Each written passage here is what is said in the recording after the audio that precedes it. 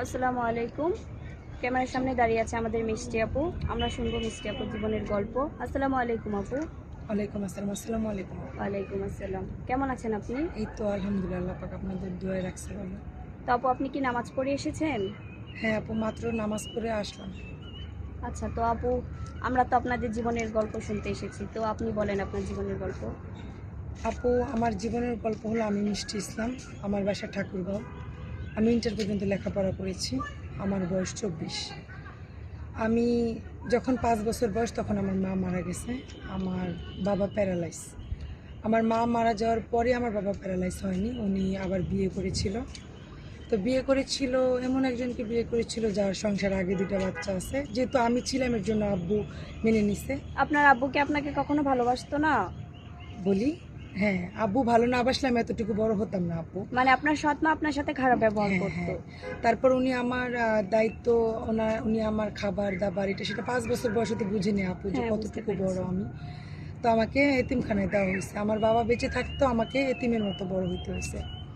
আর ছুটিতে সবাই, আমি সবসময় বলি আমার লাইফটা এরকম একটা কষ্টের জায়গা যে আমি বাবা থাকা সত্ত্বেও আমি এতিমখানায় বড় হয়েছি। আর ছুটিতে, গরমের ছুটিতে বলেন বা ঈদের ছুটিতে বলেন, সবাই যদি বেড়াইতে যাইতে, মানে বাসায় বেড়াইতে যেত, কিন্তু মাদ্রাসা থেকে আমার কপালে জুটতো না। কেন ঈদের মধ্যে কেন জুটতো না? আপনি কেন বাসাতে যেতে পারতেন না? আপু, বাসায় যদি যেতাম তাহলে মনে করেন যে অত্যাচার। একটা কথা বলি, একদিন আমি বাসায় যখন ইন্টার পরীক্ষা দেওয়ার পর যখন আমি হ্যাঁ। বাসায় আসছি, ডাল রান্না করেছিলাম আপু। সবসময় তো মানুষের রান্না একরকম হয় না। না। আমি ডাল রান্না করাতে একটু হলুদ বেশি হয়ে যাওয়ার সময়, মানে ওই গরম ডালটা আমার সৎমা আমার শরীরে ঢেলে দিয়েছিল। তো এরকম অত্যাচার যখন আমি বলি, আমার শরীরের কাঁটা উঠে যায়, কারণ আমার জীবনটা এরকম।